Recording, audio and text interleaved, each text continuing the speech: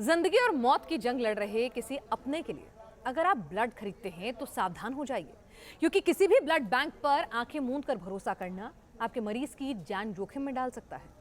ये धमकी नहीं बल्कि एक बड़ी चेतावनी है जो यूपी की राजधानी लखनऊ से निकलकर देश के सामने आई है और हर आम खास को झकझोर कर रख दिया है इस हकीकत ने और सोचने पर मजबूर कर दिया है कि कैसे लाइफलाइन यानी लहू को भी मिलावटखोरों ने बख्शा नहीं। आखिर कौन है जो लहू के नाम पर ये लाल पानी बेच रहे हैं और लोगों की जिंदगी से खिलवाड़ कर रहे हैं।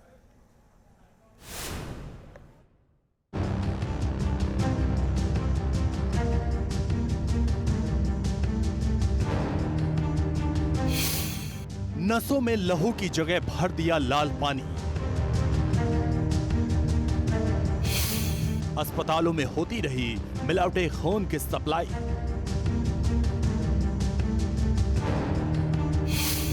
लहू के नाम पर जहरीला पानी बेचने वाले कितने अड्डे। अगर आप भी अपनों के लिए बाहर से ब्लड खरीदते हैं ताकि जिंदगी बचाई जा सके तो सावधान हो जाइए। अगर आपने ब्लड की थैली लेने वालों पर आंख मूंद कर भरोसा कर दिया तो सावधान हो जाइए, क्योंकि जिस्म में लहू चढ़ाने के नाम पर जहर बेचने वाले शहर शहर एक्टिव हैं, जो खून के बदले मौत का सौदा करते रहे। यूपी से लेकर राजस्थान तक कैसे मिलावटी खून के तार जुड़े थे, खून की तस्करी का खेल कैसे चलता है, इन तस्करों का नेटवर्क कहां-कहां फैला है और ये मिलावटी खून इंसानों के लिए कितना खतरनाक हो सकता है। एक एक परतों को बेनकाब करने के लिए न्यूज नेशन की टीम सबसे बड़ी पड़ताल पर निकली। नेशन इन्वेस्टिगेशन में ऑपरेशन ब्लड, नसों में जहर घोलने वाले रैकेट पर खुलासा। मेडलाइफ ब्लड बैंक के बाहर तालेबंदी और बगल में हॉस्पिटल।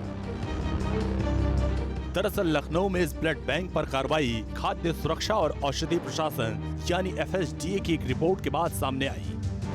रिपोर्ट में खुलासा हुआ कि लखनऊ के ब्लड बैंकों में जो खून स्टोर किया गया वो इंसानों के लिए जानलेवा है। खुलासा ये भी हुआ कि राजस्थान से खून की तस्करी होती थी। खून में सेलाइन वाटर मिलाकर उसकी मात्रा बढ़ा दी जाती थी। खून की एक थैली से 3 से 4 थैली बनाकर तैयार किया जाता था। थैली में किसी भी ब्लड बैंक का लेवल नहीं होता और न ही टेम्परेचर का ध्यान रखा जाता। 29 जून, 30 जून और 2 जुलाई को FSDS और STF की टीम ने ब्लड बैंकों में छापेमारी की थी। लखनऊ के ब्लड बैंकों से कुल 7 सैंपल लिए गए थे। इन सभी सैंपल का खून मिलावटी पाया गया। खाद्य सुरक्षा और औषधि प्रशासन विभाग ने लखनऊ के जिन ब्लड बैंक से नमूने लिए थे उनमें मेडलाइफ चैरिटेबल ब्लड बैंक भी शामिल था। इस ब्लड बैंक से भी नमूने लिए गए थे और यहाँ के जो नमूने थे वो पूरी तरह से फेल हो गए। इसलिए फिलहाल अभी खाद्य सुरक्षा और औषधि प्रशासन विभाग ने यहाँ पर ताला लगा दिया है और इस ब्लड बैंक के खिलाफ भी FIR कराई गई है। बाकी दूसरे जो ब्लड बैंक हैं जिनके नमूने फेल हुए थे उनके खिलाफ भी FIR कराई गई है। लखनऊ के जिस मेडलाइफ ब्लड बैंक पर छापेमारी की कार्रवाई हुई तो गत्ते में कई ऐसे खून से भरे बैग मिले जिन पर ना तो एक्सपायरी डेट लिखी थी और ना ही डोनर का नाम। खून के कई थैलों में ब्लड ग्रुप तक नहीं लिखा था। STF और FSDA की ज्वाइंट टीमों की छापेमारी में शामिल रहे अधिकारी से जब हमने बात की तो उन्होंने बताया कि कैसे जांच एजेंसियों के रडार पर यह रैकेट आया। मिशन इंटर स्टेट लिया जाता है।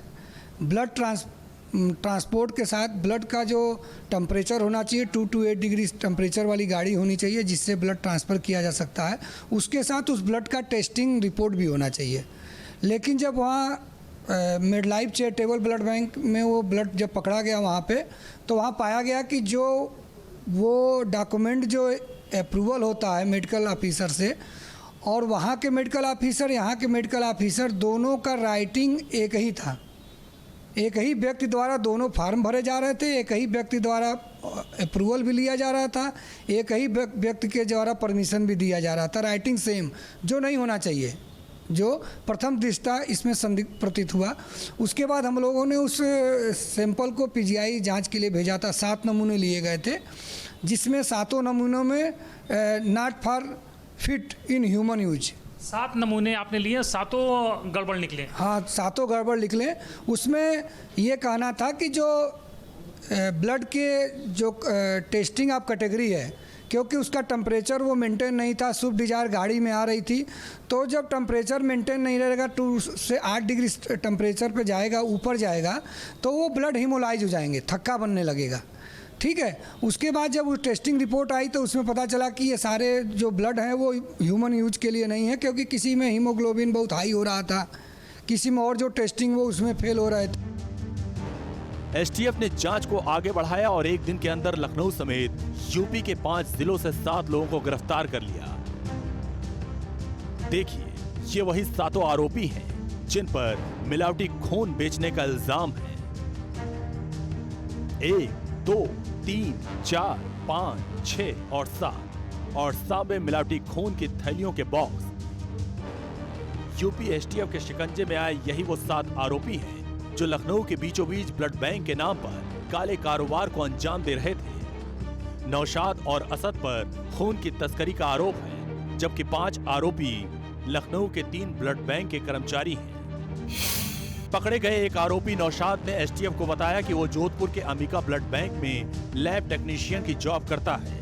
इसी बीच राजस्थान के कई डॉक्टर से उसकी जान पहचान हुई। आरोपी नौशाद ने बताया कि चैरिटेबल ब्लड बैंकों के जरिए कैंप लगाकर खून जुटाने लगे और ज्यादातर खून के थैलों की एंट्री दस्तावेजों में नहीं करते थे, फर्जी डॉक्यूमेंट बनाते थे और लखनऊ के ब्लड बैंकों की डिमांड पर खून के पैक को 700 से 800 रुपए की कीमत पर सप्लाई कर देते थे। लखनऊ में उस खून में मिलावट की जाती 7 लोग भले ही गिरफ्तार हो चुके हैं, मगर इस रैकेट के तार यूपी ही नहीं राजस्थान तक फैले हैं।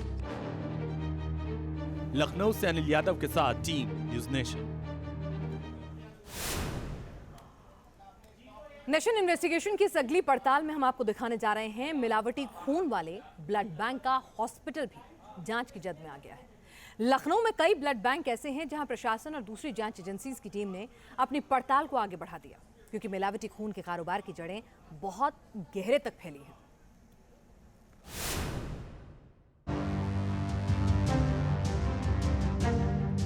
यूपी के लखनऊ में जांच एजेंसियों ने जिस ब्लड बैंक पर शिकंजा कसा, उसके पास भी एक हॉस्पिटल है। शक है कि यहां भी मिलावटी खून की सप्लाई तो नहीं की गई। नेशन इन्वेस्टिगेशन की टीम ने हॉस्पिटल से इस मामले में पक्ष जानने की कोशिश की तो हमें जवाब नहीं मिला। जब मेडलाइफ रिसर्च और ट्रामा सेंटर्स के मालिकों से मिलने की कोशिश करी, जिनको चलाने वाले डॉक्टर से मिलने की कोशिश करी, बात करने की प्रयास किया, तो उन्होंने कैमरे पर कुछ भी बोलने से इनकार कर दिया और उन्होंने कहा कि वो कैमरे पर कोई बात नहीं करेंगे और सारा मामला जो है वो जांच के दायरे में है और जांच चल रही है, इसलिए वो अभी इस पर कुछ नहीं बोलेंगे। लखनऊ में यूपी के तमाम शहरों से लोग इलाज कराने पहुंचते हैं। ऐसे में मिलावटी खून के तार किन किन ब्लड बैंक तक फैले हुए हैं, इसकी तफ्तीश शुरू हो गई। 1 जुलाई को ही लखनऊ के डीएम सूर्यपाल गंगवार ने अपनी टीम के साथ मैसर्स स्वास्तिक चैरिटेबल ब्लड बैंक का औचक निरीक्षण किया। निरीक्षण के दौरान ब्लड बैंक के मेडिकल ऑफिसर नदारद थे, जबकि ब्लड बैंक में कई कमियां मिली, जिसने इस ब्लड बैंक को सवालों के घेरे में लाकर खड़ा कर दिया। मेडिकल एक्सपर्ट बताते हैं कि मिलावटी खून से किसी भी मरीज की जान जा सकती है। अब सवाल ये है कि आम इंसान कैसे समझ पाएगा कि खून असली है या फिर मिलावटी। तो इसके लिए डॉक्टर्स के सुझावों को गौर से देखिए। जो ब्लड का कॉन्स्टिट्यूशन है वो एक नॉर्मल पीएच पर रहता है ना, और नॉर्मल जो है उसका एक जो स्ट्रक्चर है वो रहता है। अगर उससे ज़्यादा मतलब जिसको ऑस्मोलिटी कहते हैं आपकी, उससे ज़्यादा या कम होगा तो जो उसकी आरबीसीज होती हैं वो रैप्चर कर जाती हैं। खून को बैक्टीरिया से बचाने के लिए 2 से 8 डिग्री के टेम्परेचर की जरूरत होती है। ये तस्कर मिलावट करने के लिए ब्लड बैंक की पैकिंग वाली ट्रिप भी खोल देते हैं। पैकिंग खुलते ही बैक्टीरिया बैग के अंदर चले जाते हैं और उसे जहरीला बना देते हैं।